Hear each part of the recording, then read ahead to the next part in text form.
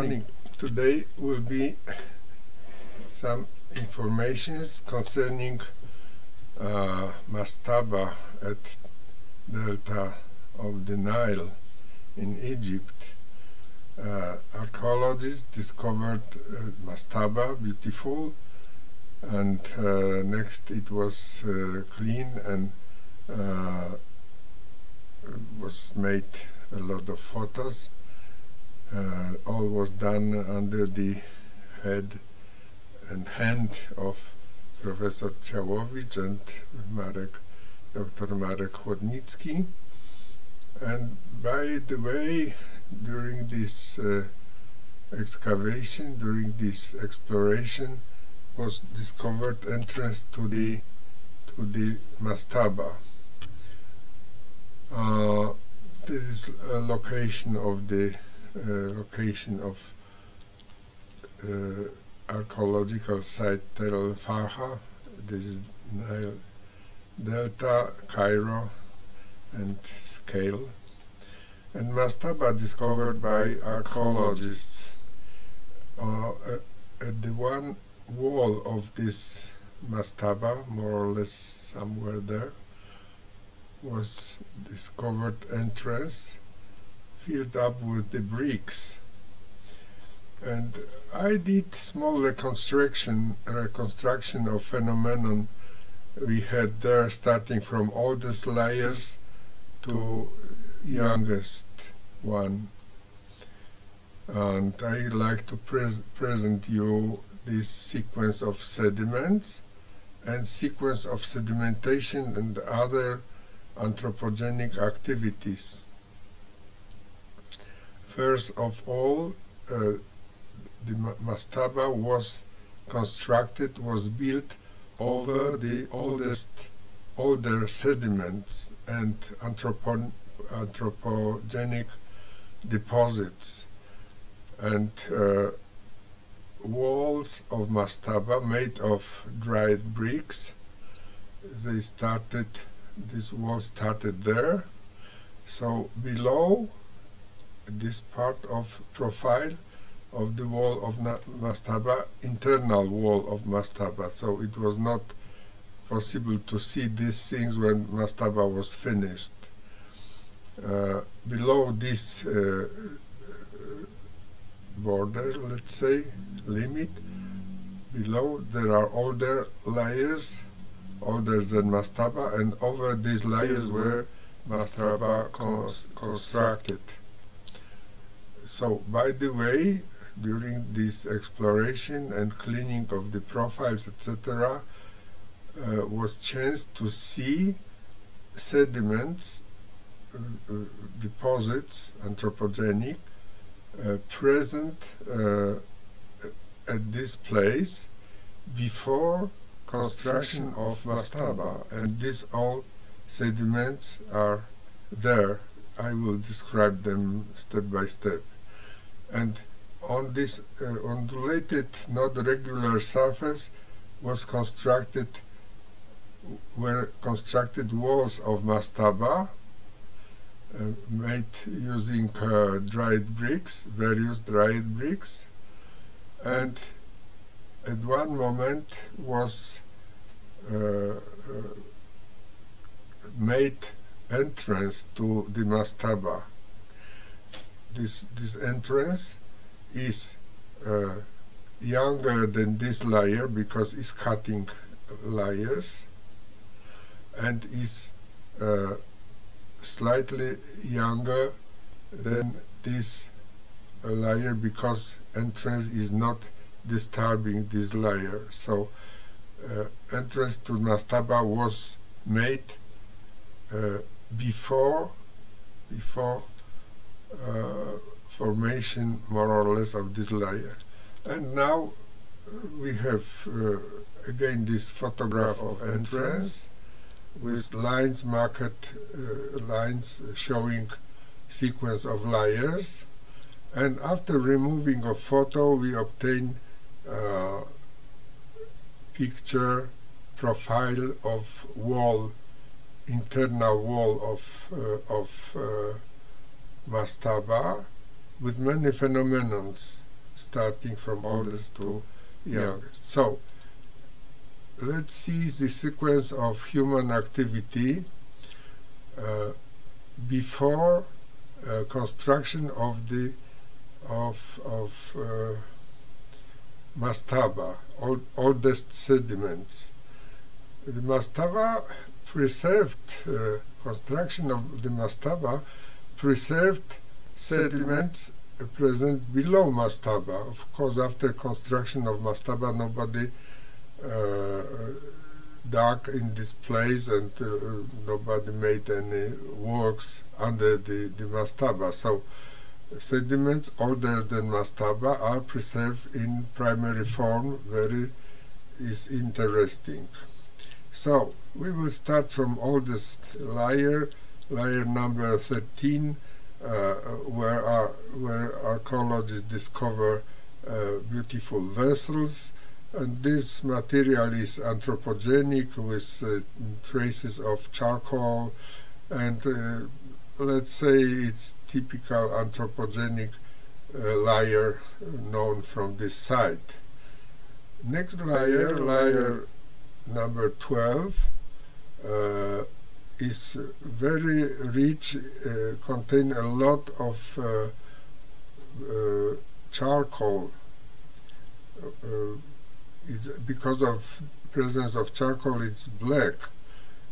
The same layer we have in Com West. It was time inside in Tell el Farkha, where was quite big fire, and this black layer containing charcoal is present at many places. It's possible to use this layer as correlation layer in the site. Over this organic layer containing a lot of burnt wood and organic matter, we have next layer with next beautiful vessel. It's anthropogenic, nothing special.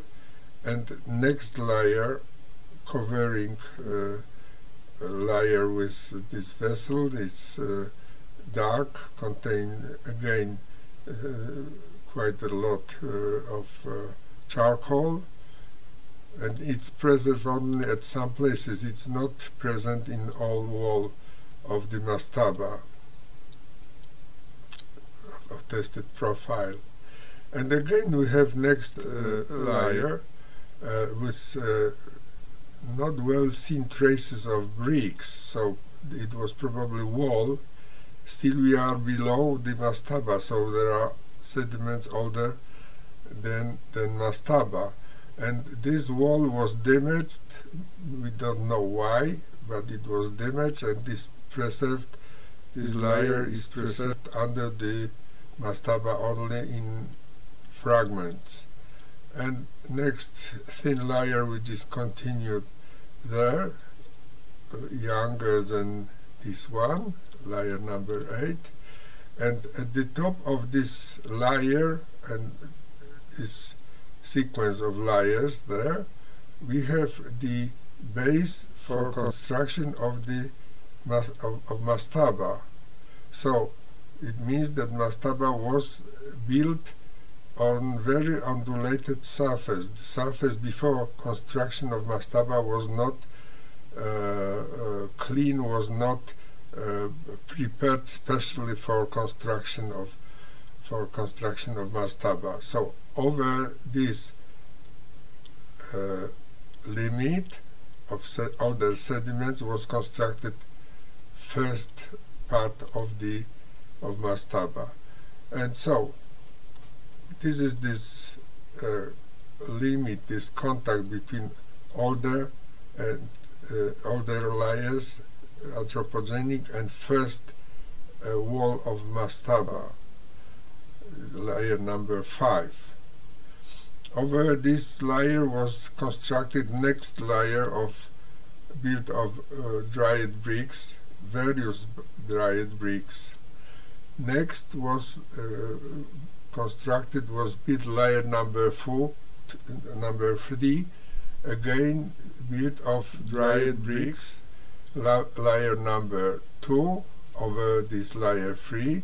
So we see the sequence of construction of walls of mastaba, 4, 3, and next over this layer 2. Over this layer 2, we have next layer, very special structure, slightly undulated with intercalations, and so built of dried bricks again. So we have 1, 2, 3, 4 layers of various kinds of dried bricks in one mastaba. So this suggests that mastaba was built very fast. Material was collected from various places of production of bricks, because these bricks in separate layers are of various mineral composition. So this means that mastaba was built very, very fast. And this layer 1 was over this layer 2, and at this moment, most probably when this mastaba layer made of bricks, layer number 1, was constructed, probably at this moment was made entrance, this entrance to mastaba, probably by robbers. Robbers made this entrance, because as you see, older layers, means layer number 3, 4, and 5 are damaged, are cut by this entrance. If this entrance was primary, theoretically, of course, these layers of bricks, of wall of mastaba, will be made other way. They will be made 2 entrance and 2 entrance, 2 wall of entrance. The entrance will not cut layers, and this entrance is cutting layers. This means, first of all, is younger than the layers, because of course layers made of bricks were constructed, were built, and next preparation of this entrance damaged these layers, and people came into the mastaba. I don't know for what, but probably they look for jewelry things. Next, this entrance was